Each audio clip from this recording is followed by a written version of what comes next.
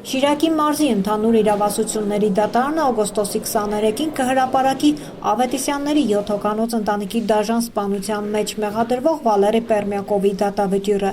Մեղադրողը, հիշեցնեմ, անցած շաբաթ ցմահազատազրկում պահանջեց քրեական օրենսգրքի 3 հոդվածներով մեղադրվող ռուս ծառայողի համար։ Պերմյակովը, ով մեղադրվում է սպանության, ավազակային հարձակման, հայ-թուրքական սահմանը հատելու փորձի մեջ, այսօր հրաժարվեց վերջին խոսքից։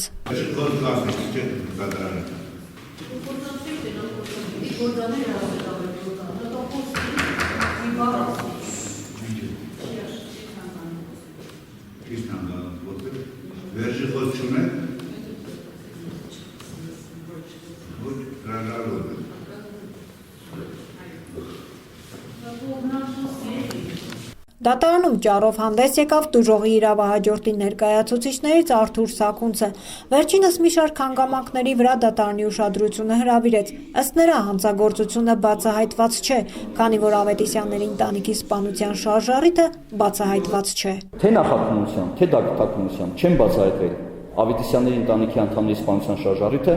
դրդապատճառը, առանց որի չենք կարող պնդել հանցագործության բացահայտված լինելու մասին։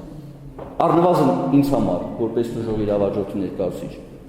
անհնարին է համարել որպես շարժառիթ 6000 դրամով Թուրքիայի սահման անցնելու, այնուհետև այնտեղից ռուսական դաշնության անցնելու այդ պատճառաբանությունը, որ միակ տալիս է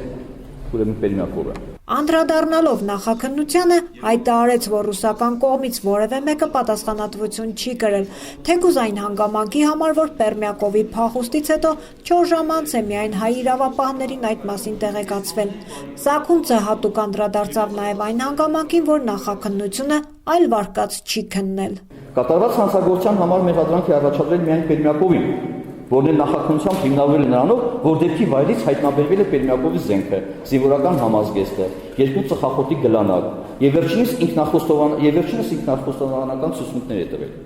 Քննություն չի կատարվել այն ուղղությամբ, թե հնարավոր է արդյոք Պերմյակովի զենքը եւ հագուստը գողանալու արդյունքում անհայտ անձի կամ անձանց կողմից կատարված ներոճագործությունը կամ այն հանգամանքը, որ արդյոք Պերմյակովը չի գործել մենակ, սպանելով Ավետիսյանի ընտանիքի 7 անդամներին։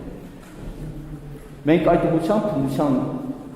շրջանակներում վարկած, որ այդպեսին չի քննարկվել։ Այդ վարկածի հիմնավորման համար տուժողի իրավահաջորդի ներկայացուցիչը մատնանշեց Պերմյակովի հագուստի վրա այլ չպարզված մարդուարյան ու մազի նմուշի առկայությունը, որը փորձաքննությամբ հաստատվել է, եւ կատարված նախաքննությունը եւ դատավարությունը ըստ Սաքունցի իրականացվել են մի շարք խախտումներով։ Պաշտպանական ճառով հանդես եկավ նաև Ամբաստանյալի պաշտպան Էդվարդ Աղաջանյանը, ով կանգ չառավ Ավետիսյանների ընտանիքի սպանության հանգամանքի վրա, հայտարարելով, որ իր վստահորդը մեղքը ընդունել է եւ ինքնախոստովանական ցուցմունք է տվել։ Պաշտպանը ապացուցված չհամարեց Պերմյակովի հայ-թուրքական սահմանը հատելու փորձի մեղադրանքը, այն շինծ ու որակելով։ Առաջադրված մեղադրանքը մեկ մասած հիմնավորված չէ,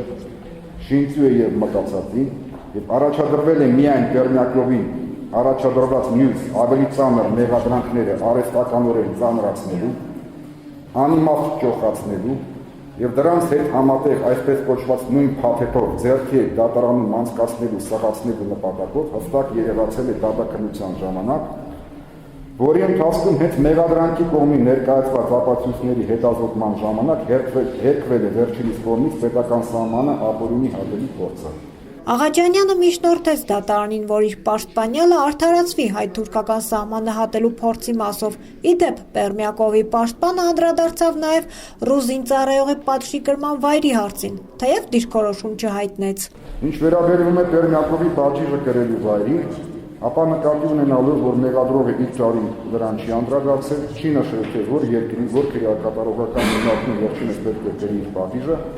Պաշտպանական կողմը նպատակահանմար է գտնում այս փուլին ձեռնպա մնալ որևէ կարծիք հայտնելուց այդ կապակցությամբ, մինչև որ չիմանա մեղադրող կողմի դիրքորոշումը դրա կապակցությամբ։ Պերմյակովը այսօր դատարանում հրաժարվեց օգտվել նաև ճառով հանդես գալու իր իրավունքից։